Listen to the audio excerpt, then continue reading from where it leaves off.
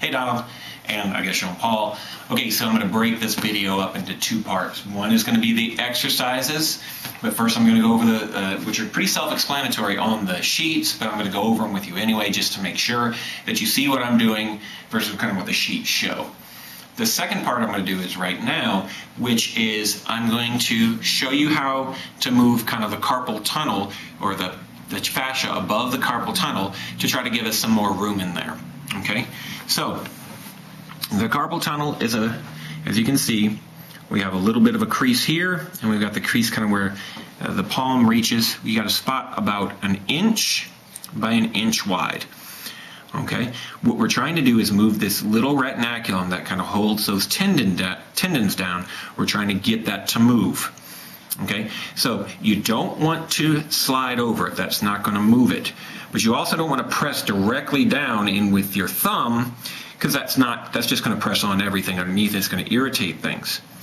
What we want to do is get our thumb right on that spot, and we want to move it back and forth. And as I've been told now, the best way to do that is to look at the distal third of your thumb pad or your fingernail to see if it blanches just a little bit.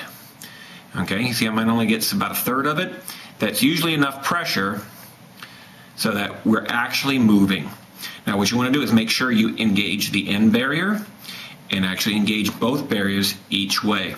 Now you should do this for about a minute. Okay, you should do this 2 or 3 times a day.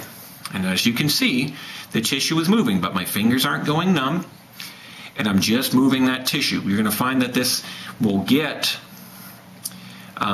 this retinaculum moving so that those tendons have a little bit more glide in them.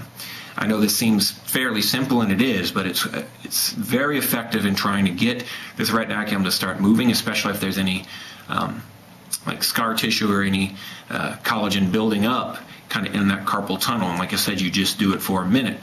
As you can see, with this hand, I'm not having to press very hard. I'm not having to, I move my arm. I don't use my thumb, I move my whole arm. Okay? It's very easy to fatigue out your body otherwise, because this is just going to be more painful. So use your whole arm to move it. And like I said, after a minute, it's going to be a little red. Now if this area gets sore, you can take an ice cube and you can rub it on there for about a minute or two, and that should help that numbness. But it'll be a little red. And that's basically all of it. Do you have any comments there, camera person? Nope. Okay, so camera person says no new comments. So that's the first part. Like I said, do that like 3 times a day. Do it on both sides. Same pressure, same direction of force. It's just you use your arms to make the motion, and as you can see, I've only got that little distal piece blanching right there, and it's moving that carpal tunnel, it's moving that retinaculum around. Okay, so that's the first part of this. The second part, we're going to go and I'm going to show you these exercises.